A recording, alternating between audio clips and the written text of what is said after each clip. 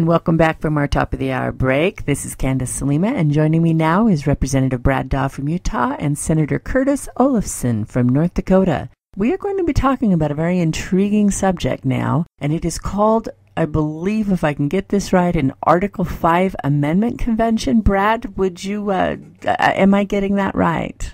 It's an Article 5 Amendments Convention. We're never going to say during the course of this conversation, except for right now, the words Constitutional Convention. That is not what this is, and there is no provision in the Constitution for a Constitutional Convention. So this is an Article 5 Amendments Convention. Article 5 Amendments Convention. Okay. Why don't we start with one of you explaining what that is exactly?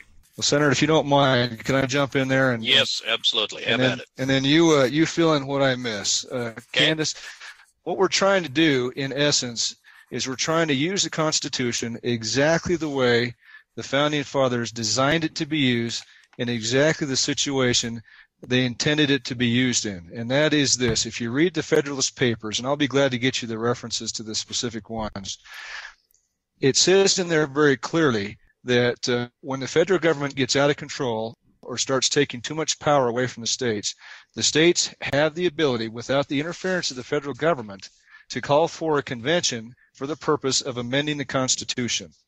All right. Now, what they can do at that convention is they can't amend the Constitution directly. All they can do is propose amendments. Any amendment they propose has to then be sent to the states, and 3/4 of the states have to ratify it, just as if Congress proposed the amendment. The specific amendment that we're proposing is very simply this. The federal government cannot increase its debt without permission from a majority of state legislatures. Now, what we think that does is two very important things. Number one, it caps how much money the federal government can borrow without having to go to the states for permission. And number two, it undoes a lot of the damage that was done to the Constitution by the 16th and 17th Amendments, which took a lot of power away from the states and made them more like subdivisions of the federal government. So we believe those are two very important things to restore power back to the states. That's why the whole organization is called Restoring Freedom. That's exactly what we're trying to do. So that, in a nutshell, is it. Now, if you'd like, Candace, I can stop now and let you ask questions, or I can kind of walk you through the nuts and bolts of how this would come to pass if we're to be successful. Well, let's see if Senator Olafson has anything he wants to add at that point. Okay, yeah, I would add that the National Debt Relief Amendment is the brand name for the amendment we are working on. It was first proposed and formulated by RestoringFreedom.org, a Texas-based nonprofit corporation which seeks solutions to the challenges facing our nation. Our website is restoringfreedom.org, and I would encourage your listeners to go to that website and find out more information about the National Debt Relief Amendment. Under Article 5 of the U.S. Constitution, there are two ways in which an amendment can be proposed, either by a 2/3 vote of both chambers of Congress or by a state-initiated Article 5 effort, and that is what we are doing with the National Debt Relief Amendment. The amendment consists of 18 words, which state an increase in the federal debt requires approval from a majority of the legislatures of the separate states. Each resolution in each state also has limiting language. It states the amendments convention contemplated by this application must be focused entirely upon and exclusively limited to the subject matter of proposing for ratification an amendment to the Constitution, providing that an increase in the federal debt requires approval from a majority of the legislatures of the separate states. So the resolutions that are being introduced in all the states have this limiting language. Now, under Article 5, an Article 5 effort requires that 34 states must pass the same resolution in order for an Article 5 Amendments Convention to be convened, which, as Representative Daw indicated, acts as a task force and has no power other than to propose an amendment, just as Congress has the similar power. In either case, it requires that 38 states must ratify a proposed amendment in order for it to be adopted to the Constitution. I would add two more things that are very important. The National Debt Relief Amendment has been thoroughly researched by the Goldwater Institute in Arizona and has received their strong support and endorsement. And the National Debt Relief Amendment has been adopted as model legislation by the American Legislative Exchange Council, also known by the acronym ALEC, which is arguably the most powerful and influential association of state legislators. So with that, Candace, I would stop there and let you ask any questions. How many states are needed to call this Article 5 Amendment Convention? 34. I'm sorry, 2/3, which is 34. Okay, that's what I needed to know. But after that, it takes 38 to ratify it. Did I understand that? That's correct. Why the difference? It requires, under Article 5, it's spelled out very plainly in Article 5 that whether an amendment is proposed by Congress or in an amendments convention of the states, it requires 38 states to ratify an amendment. But 34 states can call and force a convention, an amendments convention, to consider a proposed amendment. It's a higher bar for ratification than for proposing the convention.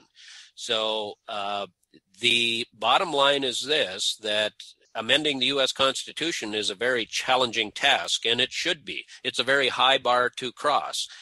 And so the 38 state ratification is in place regardless of whether Congress or the states propose the amendment. Tell me how far you guys have gotten on this. How many states are on board? Here's what we have done thus far. The resolution was introduced in North Dakota this year, and I was the first legislator in the nation to get the National Debt Relief Amendment passed in North Dakota.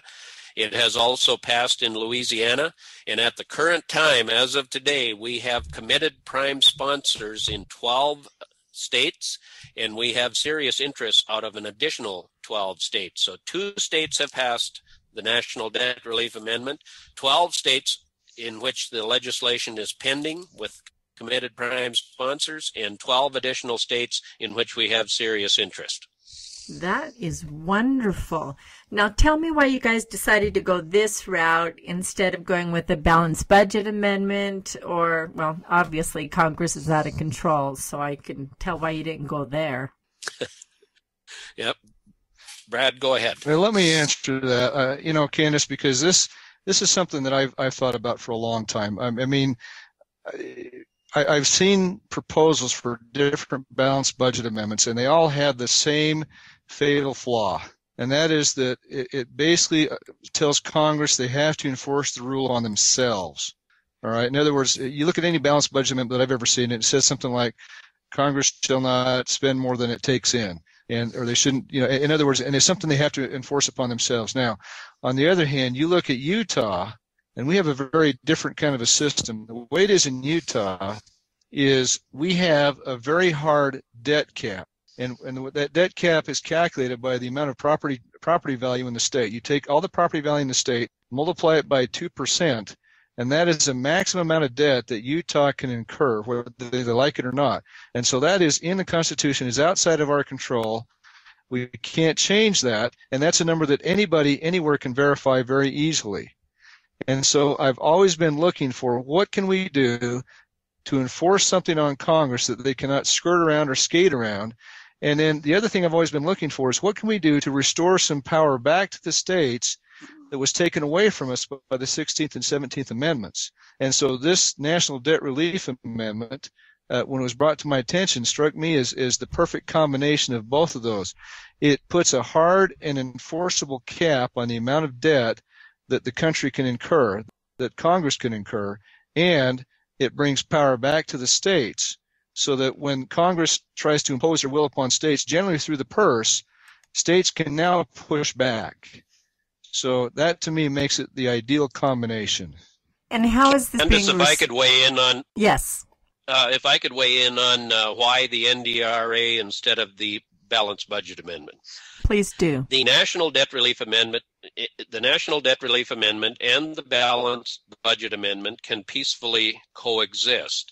As far as we are concerned, the more provisions that are in place to make it more difficult for Congress to borrow and spend money that we don't have the better. But of the two, there are some significant differences between the National Debt Relief Amendment and the Balanced Budget Amendment.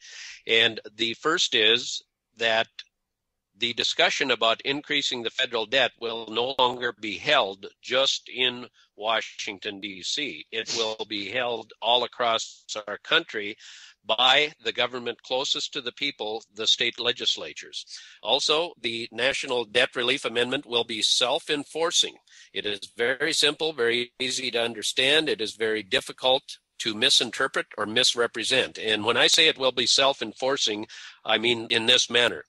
It will be very difficult for the bond markets to sell any treasury bonds when the permission has not been granted by a majority of the state legislatures to increase the federal debt. So the markets, the financial markets, will enforce the National Debt Relief Amendment. The Balanced Budget Amendment will be subject to ongoing and never-ending interpretation by the courts. And let me give you an example of one of the end runs that Congress can do around a balanced budget amendment, no matter how it is crafted. When was the last time our government, federal government, operated under a, quote, budget, unquote? It's over 800 days that we have been operating. There has been no budget. So how can you force a balanced budget when we don't even have a budget? I would also point out we've fought 2 wars that were completely off budget. So the Balanced Budget Amendment, while its title is endearing and attractive, the devil is in the details, as they say, and there are 100 ways in which Congress can circumvent the intent of the Balanced Budget Amendment. But again, of the two, the National Debt Relief Amendment and the Balanced Budget Amendment, the National Debt Relief Amendment is the only one that will cut off the cash supply and the only one that will starve the beast. Let me ask this. Brad, our own Senator Lee has authored a balanced budget amendment. Have you had a chance to sit down with him and talk about this National Debt Relief Amendment? You know, Candace, actually, if you recall, the genesis of this, when we had a town hall meeting a couple of years ago, when Mike Lee was in fact, it was at that town hall, if you recall, that he announced he was running for senator. Yes. And it was during that meeting where he was talking about a balanced budget amendment, where we brought up the notion of, well, now how are you going to control the debt? How are you going to do that? And I raised my hand and said, well, how about if we have a cap that the states have to enforce? And there was, and he kind of took this as, you have kind of like a mini convention where the states have to get together and improve what the debt level would be. And I said, yeah. And I don't know if you remember this or not, but he really liked that idea. So, on that front, we've sat down together to that extent, and he likes the idea. Now, we still need to convince him about, going the amendments convention route, but he's been open to the idea. Okay, so Brad, I think we're getting to where, yes. Let me ask, why wouldn't you go for both the balanced budget and the national debt relief at the same time to sew the thing completely up? I think just one thing at a time. I mean, let's not bite off more than we can chew. Go ahead. I would like to answer that. Here's why I am focusing all of my time and energy on the National Debt Relief Amendment rather than the Balanced Budget Amendment. Again, as I say, the two can peacefully coexist, but I firmly believe that time is of the essence. And I think that the National Debt Relief Amendment has a much better chance of being adopted in 34 states in a much shorter time than does the Balanced Budget Amendment. And again, time is of the essence, and we need to bring forth and pass an amendment that will bring this federal debt under control. And I think of the two, the National Debt Relief Amendment clearly is the horse in the race that will get across the finish line first. There, of course, are a number of good ideas which may eventually become amendments, but we need to get one easily understood amendment that can receive bipartisan support and get through the process in order for people to have comfort and confidence in the process. So that is why I think the National Debt Relief Amendment ought to be our focus rather than the balanced budget amendment, because there is ongoing, never-ending debate over what provisions should be in the balanced budget amendment. No one can agree on what should be in there. What exceptions should we have? How shall we word it? The National Debt Relief Amendment has been 18 words for a very long time, for well over a year now, and no one is suggesting that we need to make any changes. Those 18 words are simple and powerful and easy to understand. Senator, let me ask this. Conceivably, how close are we then to having enough states to have this Article 5 Amendment Convention? And then, if we get that, and we get the 38 states to ratify it, can Congress or the President of the United States circumvent it in any way? I don't see how they can, because they cannot spend money without financing it with debt.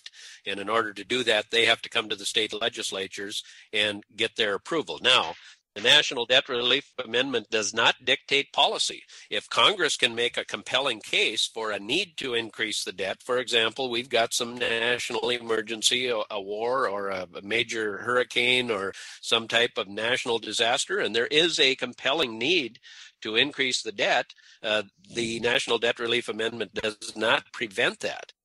But it does not require spending cuts. It does not require tax increases. It simply requires that if the federal government is going to increase the debt, which they have to do in order to get their hands on the money they want to spend, they will have to come to the state legislatures and get their approval. And here's another thing that I think is a pretty profound statement about what is the federal debt. And I hadn't really thought about that, but one of my restoringfreedom.org colleagues came up with an excellent definition of what is the federal debt. And what it is the unresolved conflict between the level of taxation that American citizens will accept and the level of spending that American citizens want. And we have to somehow have a national discussion about that unresolved conflict. The National Debt Relief Amendment, if adopted, will stimulate that national discussion. And it would stop any additional raising of the debt ceiling? It would stop it if there was no compelling reason to do it. I really believe that in this day and age, for example, back in August, when Congress was talking about raising the debt ceiling, and they did it, or extended it for temporarily at least. And what did the American people think of it? The stock market crashed. So I have to believe that the national mood of the country, had the National Debt Relief Amendment been in place at that time, would have been, you don't have a compelling need or a good reason to increase the federal debt, so we are not going to approve that. Yeah, and they shouldn't have. Absolutely, they should have. And I really think if the National Debt Relief Amendment was in place on our Constitution, and the discussion that was held in August, given the circumstances at the time, would have resulted in the states saying a resounding no. You are not going to increase the federal debt because there's no compelling reason for you to do it. Now, are you guys, just a second, Brad, let me just ask this question and then you pop in. Are you guys going to define compelling? No, Candace, I don't think we really can. I mean, the fact of the matter is that compelling could have a wide variety of circumstances. And I don't see any reason to put that in there. We just want to keep it simple and straightforward, which is a majority of the states have to approve any sort of debt increase. And so they've got to, you got to get 26 state legislatures to buy off on the idea that the federal government has to increase its debt. And you have to remember something here. The federal debt and what the federal government does very directly and very profoundly affects us at the state legislature. We're very sensitive to what's going on in D.C. and so we have that kind of that front row seat to see what's going on, to see where the smoke is being blown, and to see what needs to be spent and what doesn't need to be spent. And so they're not making the case in these big sound bites. They're making the case to frontline policymakers who understand what it is to balance a budget, to understand what it is to incur debt and have to pay it back. and understand what it means to be pushed around by the federal government. And so I think when you take all of that together, to get 26 states to agree together on increasing the debt, there has to be a pretty darn good reason for that to happen, especially when you look at the fact we have so much debt now that it is literally wrecking our economy.